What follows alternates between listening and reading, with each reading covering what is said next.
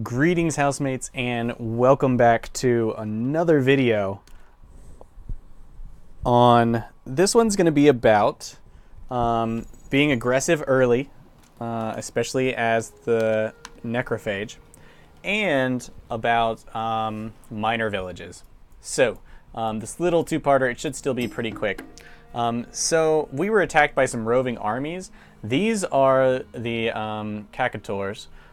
They are healer support units with low attack and defense, moderate life, I guess, poor initiative, low damage.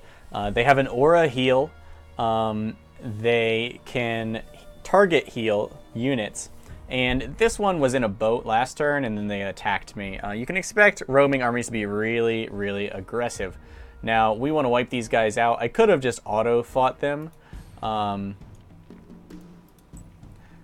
this is our deployment phase. Let's try and lure them out.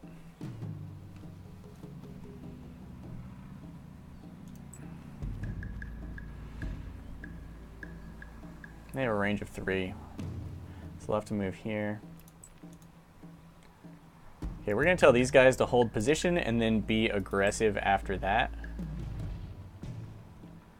And then we want these guys to move up here and be aggressive.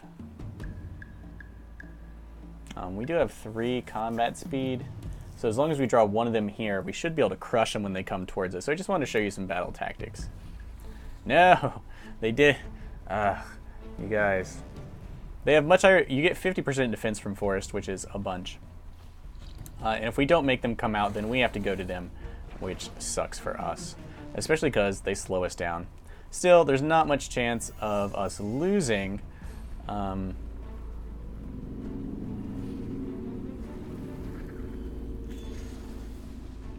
It just may be a matter of how much we win.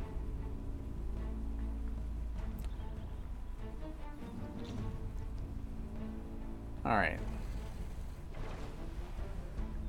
So you know that they auto-healed. We, of course, want to make room for our other units. Unfortunately, we're fighting against them while they're on excellent defensive terrain, which gives them 50 defense instead of like 430 something.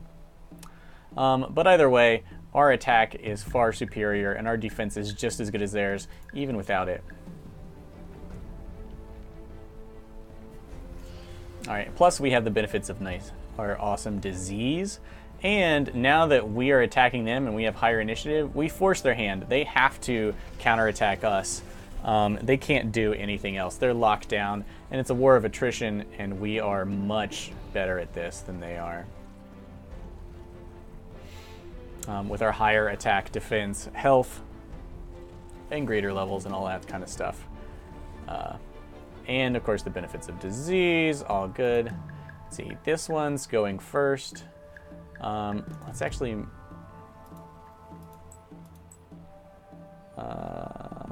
let's move here and have you attack instead. This way, when they attack, since they have less life, and they'll be the ones suffering the counterattack since they go first, we'll have 50% improved defense against them, which is going to make our defense much higher than their attack. Matter of fact, they may not damage us at all, as we have 83 defense and they have 19 attack. Yeah, we take 10 damage and wipe them out. Okay, so that wasn't even the aggression. That was the enemy attacking us. We leveled up, we took some damage, but there is a village with 3 more of those units on it, and I think we can actually take them out right now. And why would I want to be that aggressive? 1, we regenerate pretty darn fast. And 2, of course, we're very close to hitting another stockpile. Plus, if I leave them here, maybe someone else will get all that XP. So, let's go for the gold. Because we were attacked, we didn't have to spend any army actions. And these friends are right within range. So this is how you can be really aggressive early game.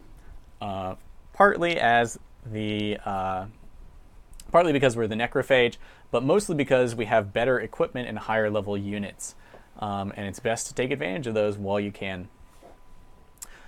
So there are now 3 of them. It's best to control this manually, I think, in case you get in over your head.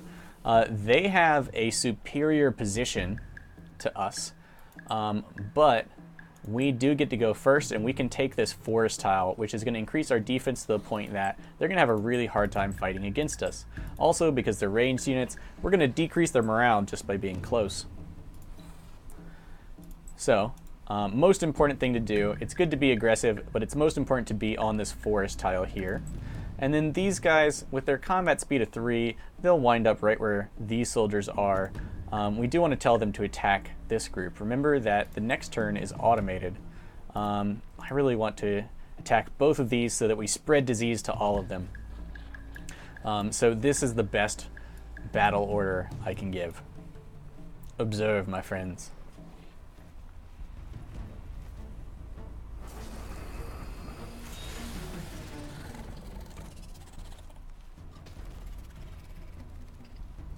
Also note that by being next to each other, we'll actually improve our morale. Morale is set at the beginning of each round, whether you move away from people or not. So it's really quite interesting. Both of our units will have 1 point of morale at the beginning of this new round, because they start off next to each other, and the enemy, of course, will have whatever morale they do. That means that you can actually send a unit out of a pile of units, and it will, when it attacks, have that big boost to morale. Note that because we're in the forest, we're only taking like 10 damage each. We are going to be at low health, but we're definitely going to prevail here. So that was poison, causing 12 damage, and then we caused 43. It can be a little difficult to tell who is taking what damage. I suggest you watch where the little arrow moves to, more than where it appears. These guys were diseased simply because a unit that was diseased died next to them. So that's nice. We get to spread our disease over there. And now both of our units are on excellent defensive terrain. It's definitely time to get away from these bad boys. We don't want this unit to engage in combat anymore. He's low enough as it is, and it'll take a while for him to recover. So let's pull him out. This guy can definitely finish the job in 2 turns. And of course, that's far beyond the range of this guy. Since we're attacking him before he can do anything, it won't make a difference. And so my ability to fight off 5 of these units with only 2 of mine in the same turn, of course we get 3 cadavers and 1 recycled stockpile and a good bit of XP on these guys, comes from my understanding of exactly how weak support units, especially these support units, are in combat. This is just something you have to build through experience or listen to me about. Yeah, not bad at all. So we did expend a lot of our health, but we're not really planning on fighting much, and we did secure another stockpile. Also, this unit, while it can't attack, can still move around and collect this turn, so a very efficient turn for us.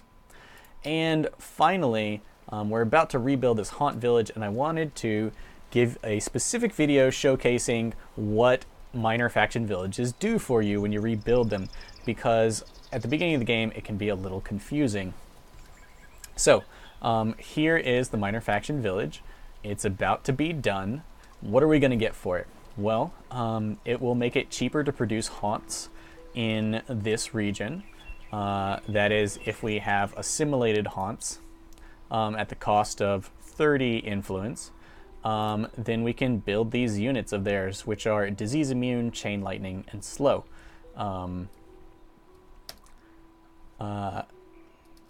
So that's nice. So we get a 5% discount on their production values and whatever. We get +1 pacified and rebuilt haunts village on the Empire. So whatever haunt villages do for us, we get another one.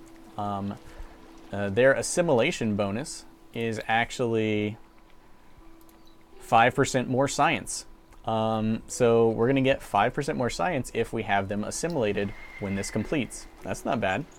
we're going to get 1 bonus population. And they'll be just like our population and do just another one of these guys as soon as this finishes. And that's a really easy way to improve your population kind of quickly, especially if there are multiple villages in the region, which can really up your production value quite fast. The only thing to note is that if you are sieged, you will lose access to that population because they're not in the city itself. But otherwise, that's great. And of course, there are 2 special necrophage considerations when it comes to pacified villages. One is slavery.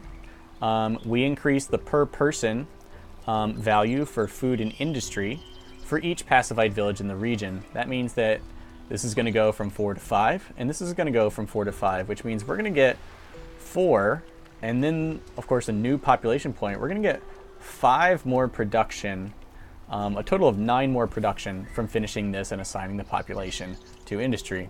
Not bad at all. Remember, cull the herd. +2 food per person assigned to make food per village on each city.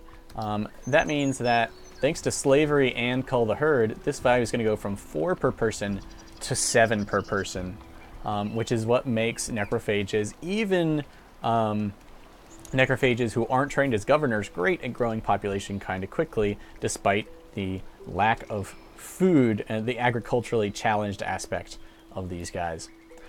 All right, so let's actually see the thing complete. Let me make sure there's nothing else I need to be doing.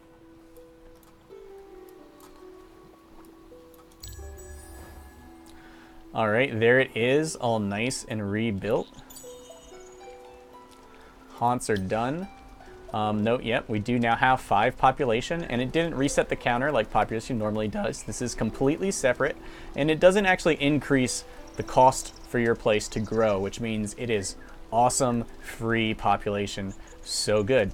Note also that these jumped. Now that we have a pacified village, we get +2 from cull the herd, and that's 2 per village, and you can have up to 3 villages in a region, which means areas with 3 villages can give you up to 6 extra food per person who works the land, which is awesome.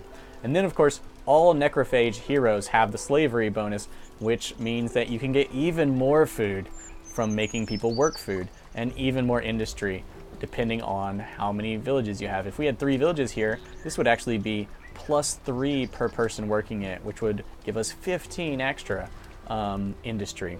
So all in all, pacified villages can be a really powerful and cheap boost to your city's effectiveness. Remember the population point, and then they're especially good for the necrophage. We haven't rebuilt the Sisters of Mercy village, you can tell because of this little skull here, and because it's still available. Because we got other things to do. We are busy.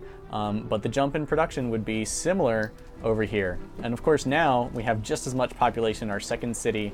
It's only been around for like 6 turns as we do in our primary one. Matter of fact, it's about to exceed our founding city in population because of that village.